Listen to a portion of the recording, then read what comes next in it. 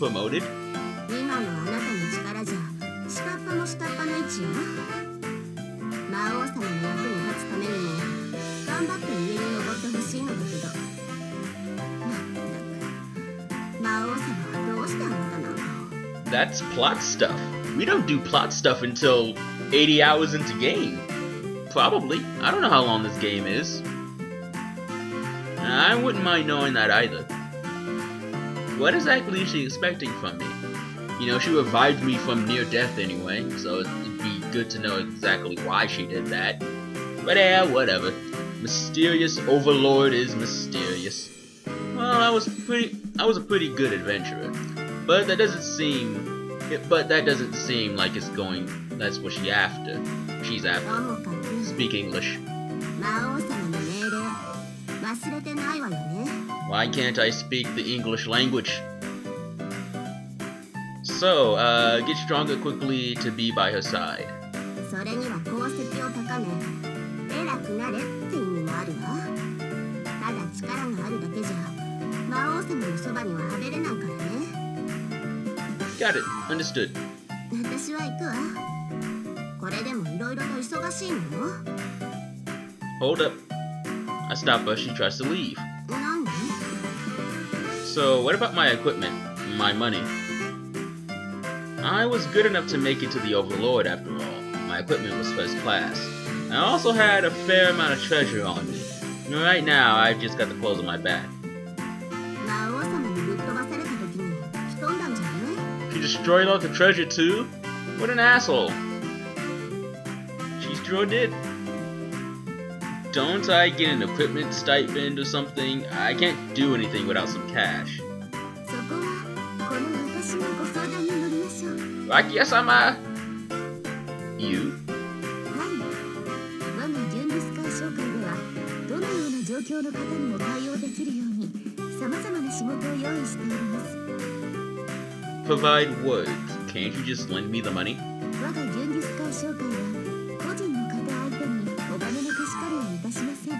So if I started my own guild or anything, you could start, giving me stuff, right? Right? Rakia? Please? Oh, whatever. How am I supposed to work without money or equipment? I'm not going into a dungeon barehanded. That's just foolish, but awesome. Go into the dungeon barehanded. 大丈夫です。お金を稼ぐ方法はいくらでもありますから。 If you start fighting barehanded, that'd be amazing. I'd probably do that. If I had the choice of being any type of class of warrior in any type of fantasy RPG type game, I'd be the monk. I really like just, giving people the buttons. It's really nice, man. You ever play a freaking Tales game? You see what the fighter classes can do? Do some shit.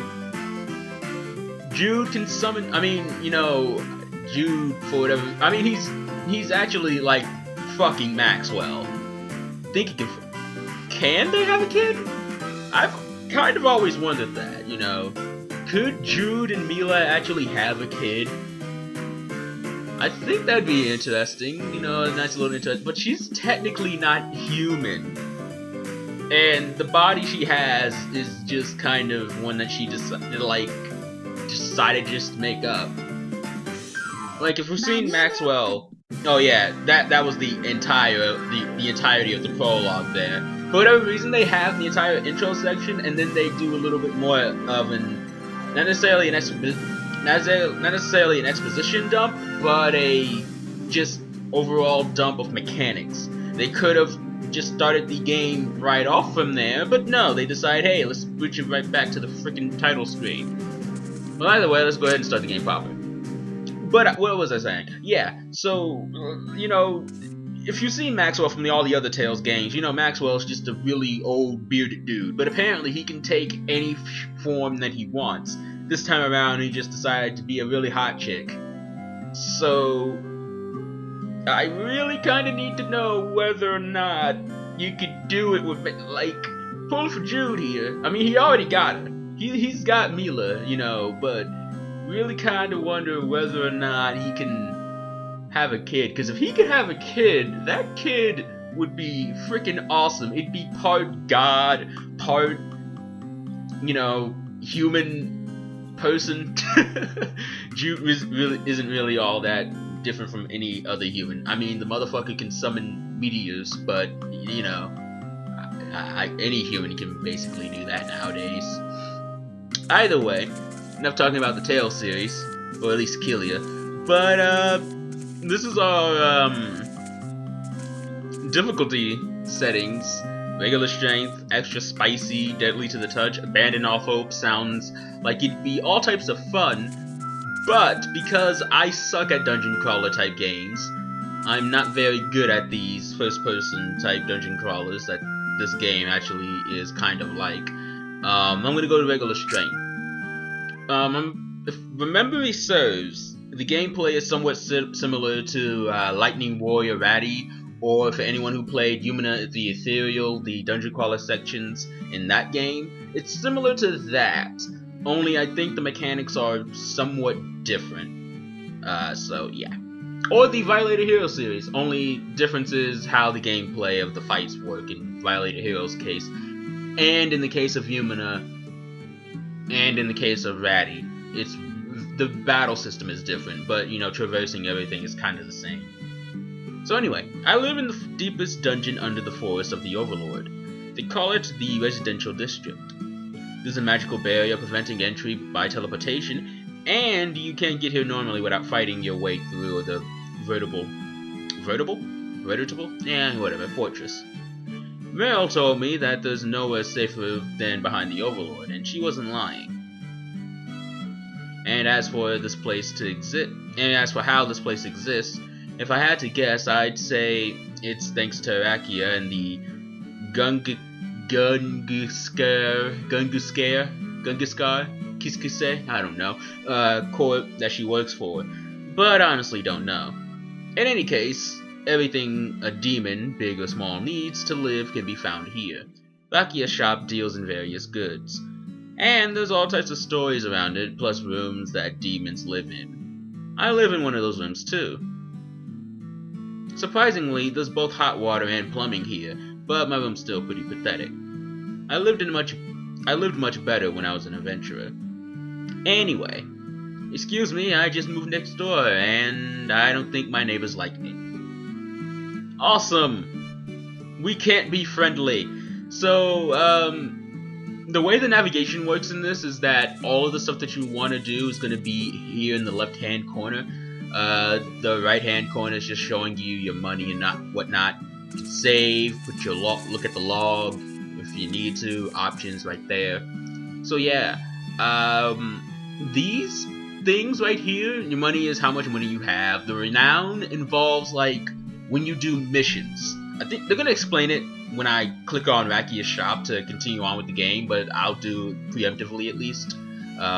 Because they'll probably go more in depth and I could miss something. But the renown, the way that works, is when you start doing missions, you'll get more well known. I don't know exactly what that does for you. I guess that what I would assume is that the renown will allow you to do harder missions and maybe progress throughout the game. I'm not entirely sure, but I guess that's what that does. And then you have skill points. Ooh, burp. Then you have skill points which will allow you to mess with what skills that you have. You can just put that in whatever.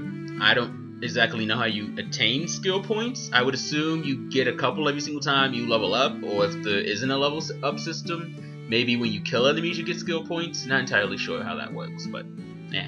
And then this command, that refers to how many people that you can have in your party. So I have 15 right now, and I have to kind of choose wisely with my party members and how that works. So yeah, let's move on to Rakia's shop. That jazzy tune. Okay, so this is where I can buy equipment, hire party members, and choose which jobs I want to take. Alright, so in order to do that, we go right here to the job board. And what we do is just click on all this stuff. Now, there's one that's, yeah, here it is, the 2-star difficulty one. In my previous recording, I actually tried to do this mission, and I died very quickly. So I'm not going to do this mission right now. I thought the difficult thing would be kind of superficial, but no, it really kind of means a lot. So I'm not gonna fuck with that. I'm just gonna go ahead and take these 2 jobs. Well, I have to do 1, and then there'll be a scene here. Alright, so it's nice to have a definitive job now, but I have no idea where I'm supposed to be going. Yes, please. Ah, yeah, you're sharp.